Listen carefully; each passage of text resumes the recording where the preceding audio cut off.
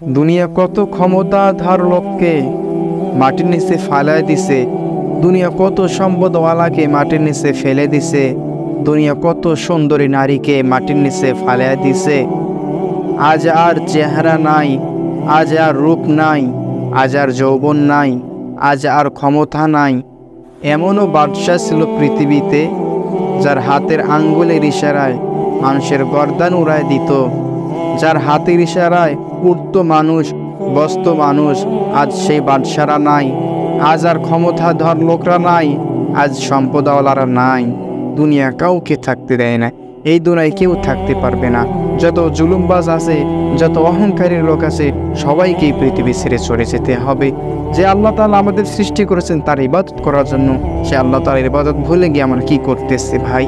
আসুন না সে আল্লাহ তাআলার ইবাদত করি। সবাইকে যদি যেতেই হয় আল্লাহর ইবাদত করে আমরা এই পৃথিবী ছেড়ে যেতে চাই, তাই আমি সবাইকে বলি, সবাইকে কিন্তু এই পৃথিবী ছেড়ে চলে যেতে হবে, এই মায়ের পৃথিবী ছেড়ে চলে যেতে হবে। ওই অন্ধকার কবরে কোনো বন্ধু নেই, বান্ধব নাই, বাবা নাই, মা নাই।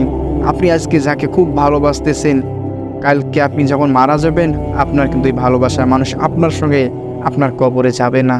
ওই কবরে শুধু আপনার আমল, আপনার রব, আপনার রাসূল থাকবে ওই জায়গায়, তাছাড়া আপনি আর কোনো কিছুই পাবেন না। তাই আসুন আমরা 5 ওয়াক্ত নামাজ পড়ি, যারা 5 ওয়াক্ত নামাজ পড়ি না সবাই 5 ওয়াক্ত নামাজ পড়ার চেষ্টা করি। একদিন সবাইকে এই পৃথিবী ছেড়ে চলে যেতে হবে, সেখানে আমরা কেউ থাকতে পারবো না। তাই সময় থাকতে ফিরে আসেন রবের দিকে, সেই রবের হুকুম আহকামগুলো পালন করেন, ইনশাআল্লাহ কবরে সুখ পাবেন, জান্নাত পাবেন পরকালে ইনশাআল্লাহ। ভিডিওটি ভালো লাগলে সবাইকে শেয়ার করবেন আশা করি।